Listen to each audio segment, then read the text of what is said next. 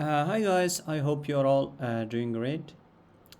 In the previous video we learned how to export bookmarks from Google Chrome. In this tutorial I will show you how to import bookmarks in Google Chrome. Are you ready? So let's get started. First you should open your Google Chrome, and then after that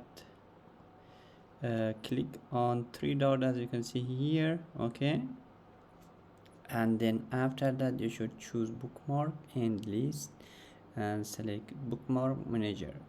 Okay, once you done you should click again here on three dots as you can see here and click on bookmarks, import bookmarks. Once you click, you should choose the bookmark which you have exported. Okay, and then for example I have exported this bookmarks and click open. Once I clicked open, it will be imported. That's it guys, hope you will like it. If you have any question, drop them in the comment section. See you in the next video.